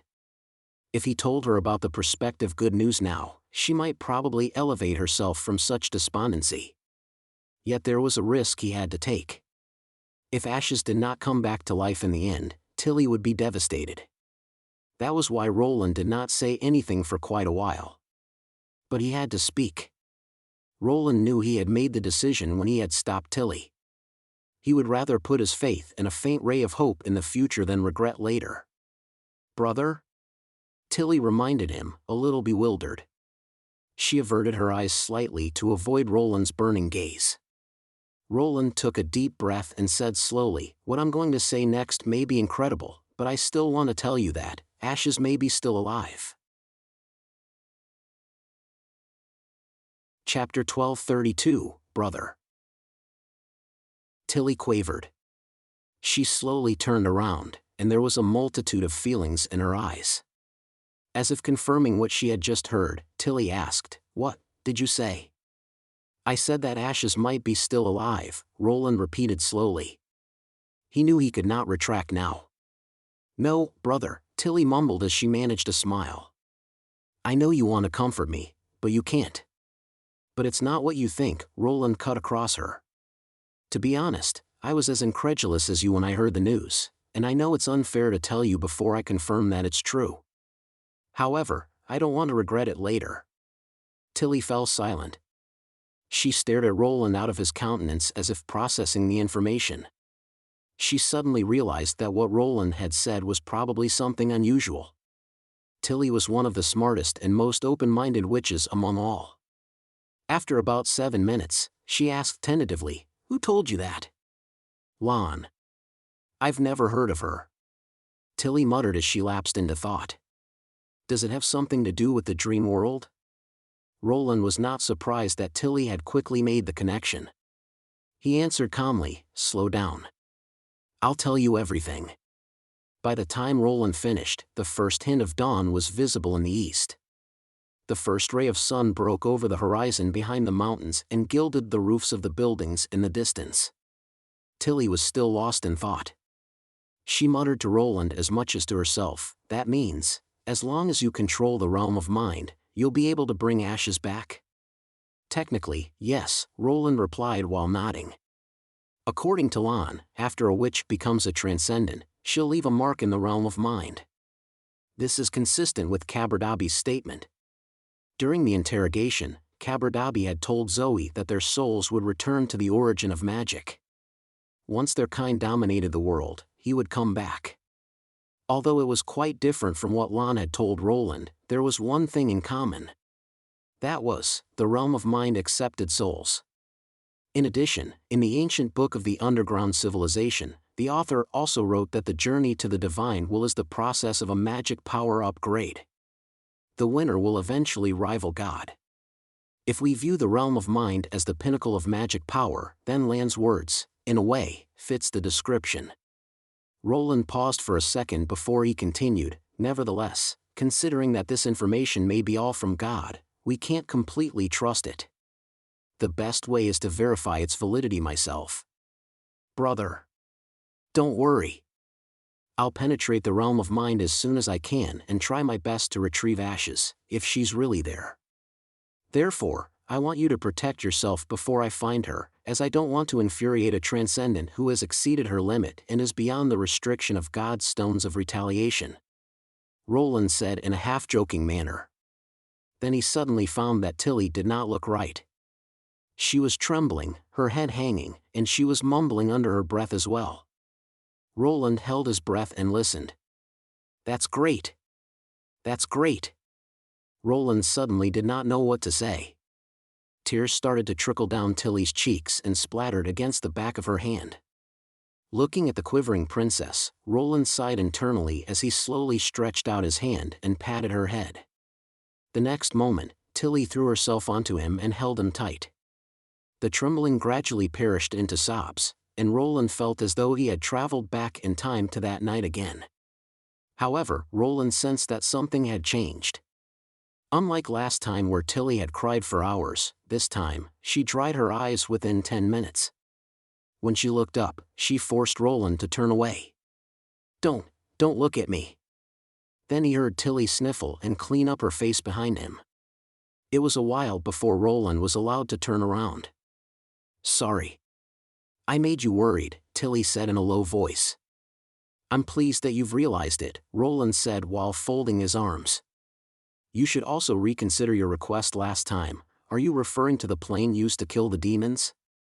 Tilly said while blinking. "No, my request stands, brother. Boy. You need my help to reach the fathomless abyss.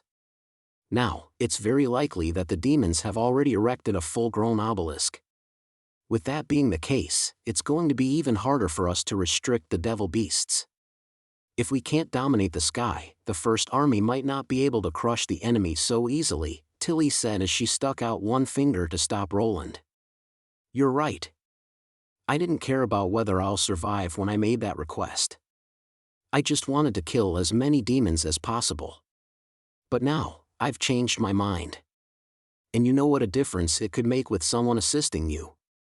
Not a single aerial knight knows how to fight demons. I'm the only person who can teach and train them, Tilly went on while patting the chest. I promise you that I'll look after myself and wait for you to enter the realm of mind. Roland found it hard to decline her request. The sparkles in Tilly's eyes came back, her demeanor as poised as ever, and she was radiant from within. All right then, but you must keep your promise. Of course.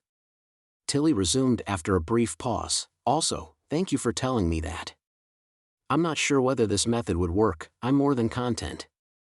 At least, we now have a mutual goal, Tilly said as she again pressed herself to Roland's chest. I'm glad you're my brother. After Tilly took her leave, Nightingale returned to the office and asked, What did you say to Princess Tilly? I saw her just come out, and she looks like a different person. The connection between the dream world and the reality. If you want to know, I can tell you as well, but not now, Roland said as he fumbled with the drawings. I just received a message from Honey, saying that a fleet will be arriving at the port of the Inner River in 2 days. They should bring the immigrants from the Kingdom of Wolfheart. Before that, I should finish the drawing for the new project. Nightingale shrugged and said, Never mind me. Haven't I told you? I won't insist if you don't want to say. She walked to the desk and studied the drawing for quite a while before she said, It looks like the vehicle Anna drove the other day in the yard. It's the same thing, only a lot larger, Roland said smilingly. Didn't Barav talk about the logistics in the meeting? This is the solution. Apart from expensive trains, there was also a cheap alternative, a wheeled truck. There were various types of wheeled trucks. Although they were not as efficient as trains, they were more flexible and also easier to operate than a tractor. They could run on a flat, hard-surfaced road easily. There were many inner rivers in Grey Castle and the Kingdom of Dawn, but none of these rivers were connected. Therefore, a fleet of wheeled trucks could facilitate the transportation between the two countries.